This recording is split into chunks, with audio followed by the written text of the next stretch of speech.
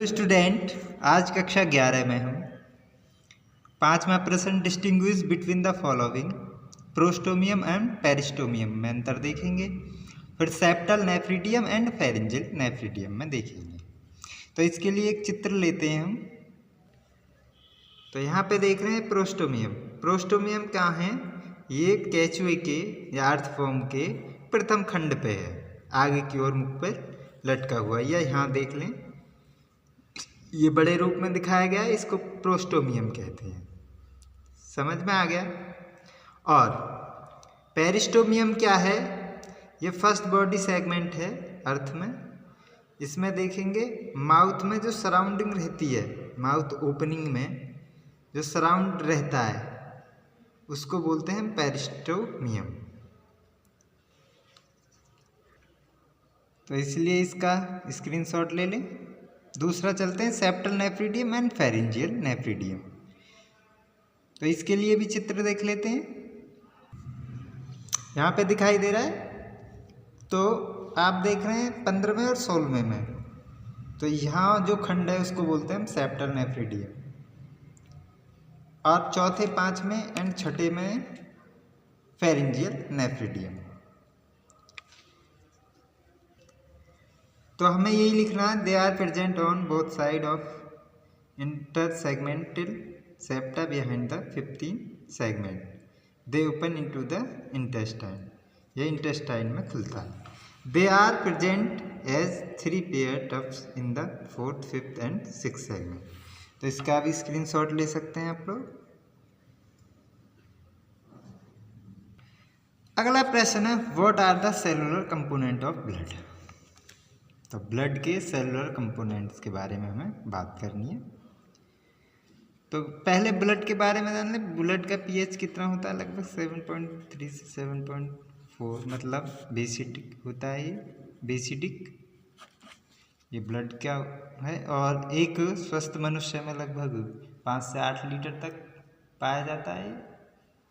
और components of blood includes erythrocytes. Erythrocytes को ही हम क्या बोलते हैं? RBC S, red blood carpals, जो बोन मैरो में ये बनता है। इसके बाद है ल्यूकोसाइट्स। ल्यूकोसाइट्स क्या है? डब्ल्यूबीसी, जिनको हम वाइट ब्लड कार्पल्स भी बोलते हैं। इसकी फुल फॉर्म होती है। ऐसे इसकी red blood carpals full form होती है। And thrombocytes. थ्रोम्बोसाइट्स बोलते हैं हम प्लेटलेट्स को। गांव में प्लेट्स बोलते हैं ना, कि उसकी तो प्लेट गिर गई भाई बीमारी में, मलेरिया में या डेंगू में। अब इसको पपीते के पत्ते खिलाओ या फिर बकरी का दूध पिलाओ है, तो वो प्लेटलेट्स है, सही नाम जो है प्लेटलेट्स है।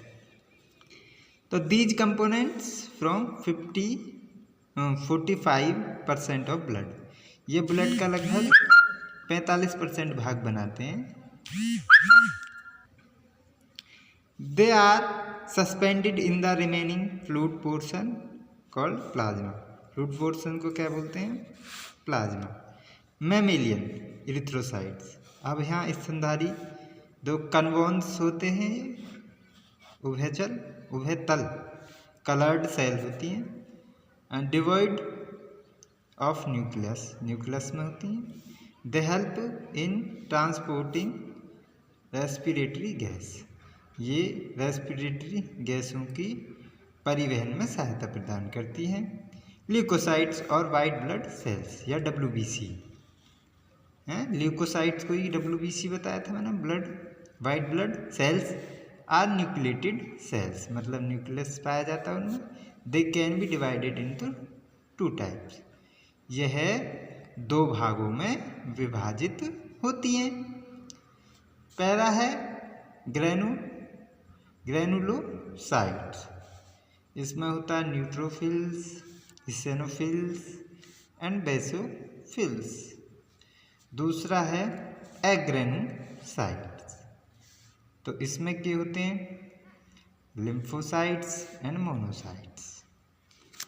इसके बाद है they help fight against various disease.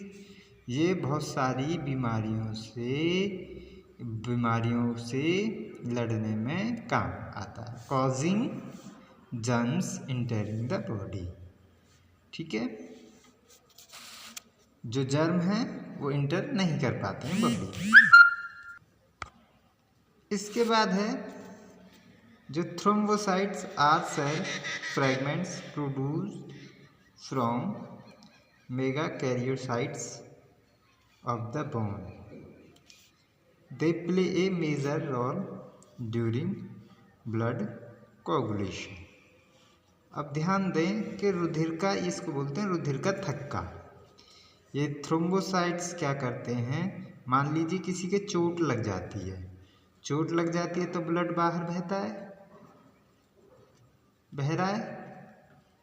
कुछ समय बाद क्या होता है, यहाँ काला काला सा क्या जम जाता है, एक खुरंट बोलते हैं गाँव में, वो जम जाता है और रुधिर बहना बंद हो जाता है। ठीक है, रुधिर बहना बंद हो जाता है, तो इसको बोलते हैं हम ब्लड कोगुलेशन।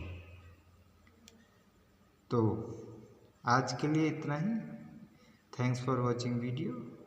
मिलते हैं नेक्स्ट वीडियो में। इसका स्क्रीनशॉट ले सकते हैं, स्क्रीनशॉट।